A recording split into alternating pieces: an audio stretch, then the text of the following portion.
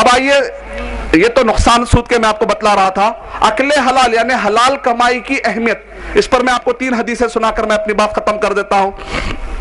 پہلی حدیث، حلال کمائی کی اہمیت کیا ہے؟ مشہور حدیث شریف ہے، لا تزال قدما ابن آدم، ابن آدم کا پیر قیامت میں ہل ہی نہیں سکتا جب تک کہ، یعنی حساب و کتاب اتنا کرا لیا جائے گا، اس کا پیر ہل نہیں سکتا، وہ آگے جنت کے لیے جانے کے لیے آگے بڑھنا پڑے گا، وہ آگے جا ہی نہیں سکتا جب تک کہ اس سے 4 سوال نہ کر لے جائے.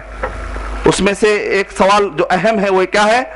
وَعَن مَالٍ، اس کے مال کے بارے میں پوچھا جائے گا کہ اس کا جو مال آیا اور اس کا مال جو جہاں پر بھی گیا دونوں بھی حلال ہونا چاہیے. بعض لوگ کیا کرتے ہیں، حرام مال کماتے ہیں اور حلال مرغی ڈھونڈتے ہیں. بھائی حلال مرغی ہے آپ کے پاس، حلال مرغی ہے، میں تو صرف حلال مرغی کھاتا ہوں. اچھا پیسہ کہاں سے آ رہا؟ حرام پیسہ لے کر حلال مرغی ڈھونڈ رہے. کیا تقویٰ ہے بھائی، ماشاءاللہ، اللہ قبول کرے تقوی کو. نبی اکرم صلی اللہ علیہ وسلم نے کیا ارشاد فرمایا؟ من این اکتسب من این اکتسب، کہاں سے کمایا اور کہاں پر خرچہ کیا، دونوں کے بارے میں سوال ہوگا. کہاں پر خرچہ کیا؟ بہت سارے مسلمانوں کا تقویٰ صرف اس سائٹ پر ہے، حلال مرغی ہونی چاہیے، دیکھو بھائی بسم اللہ کر کے ہونا چاہیے، ادھر کوئی پرابلم نہیں، ادھر سے کیسے بھی آئے چلے گا. نعوذ باللہ من.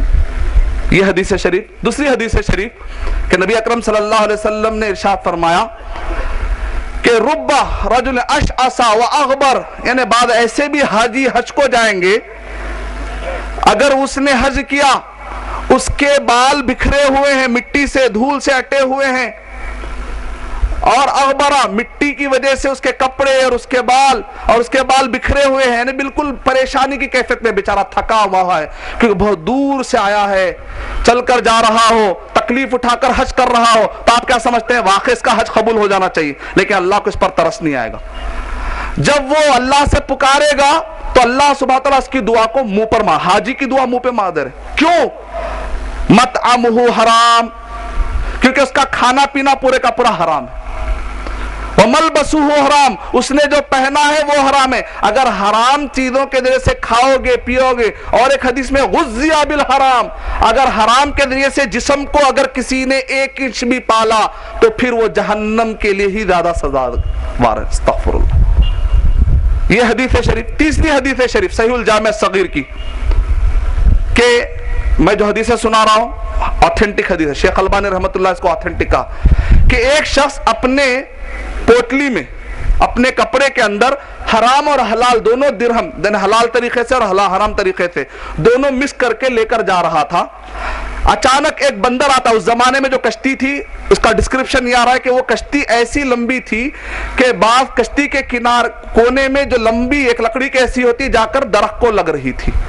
ایک بندر آیا، آ کر اس آدمی کو جو کہ وہ کشتی میں اس تھیلی کو لے کر جا رہا تھا، اس تھیلی کے اندر حرام اور حلال دونوں بھی دینار اور درہم تھے. بندر آیا اور آ کر اس نے اس تھیلی کو لیا اور وہ کشتی کے کنارے بیٹھ گیا، درخت کے پاس بیٹھ گیا، اور اس کے بعد کشتی موجود تھی درخت کے قریب میں. اس پوٹلی میں سے جو حرام دینار یا درہم تھا وہ پانی میں پھینکتا تھا، اور جو حلال دینار اور درہم تھا وہ کشتی میں پھینکتا تھا. عام طور پر نیا واقعہ اتنے لوگ سمجھتے ہیں من گھڑت ہے، من گھڑت نہیں، صحیح ہے، آتھینٹک ہے. شیخ البانی رحمۃ اللہ نے اس کو آتھینٹک کہا کہ یہاں تک کہ اس نے وہ سارے درہم اور دینار جو حلال تھے وہ کشتی میں پھینک دیے، اور وہ سارے دینار اور درہم جو حرام تھے اس نے پانی میں پھینک دیے. نبی اکرم صلی اللہ علیہ وسلم اس مثال سے ہمیں یہ سمجھا رہے ہیں کہ حرام اور حلال کا احساس پیسوں کے معاملے میں ایک بندر کو بھی ہے لیکن آج کے انسان کو نہیں. کتنی مثال ہے سمجھنے کے لیے. ایک جانور کو بھی احساس ہے کہ حرام کمائی نہیں ہونی چاہیے، حرام کمائی پانی میں پھینک دینی چاہیے، صرف حلال کمائی کو استعمال کرنا چاہیے. لیکن آج کا انسان اور مسلمان حرام اور حلال میں فرق نہیں کرتا. نعوذ باللہ من ذالک.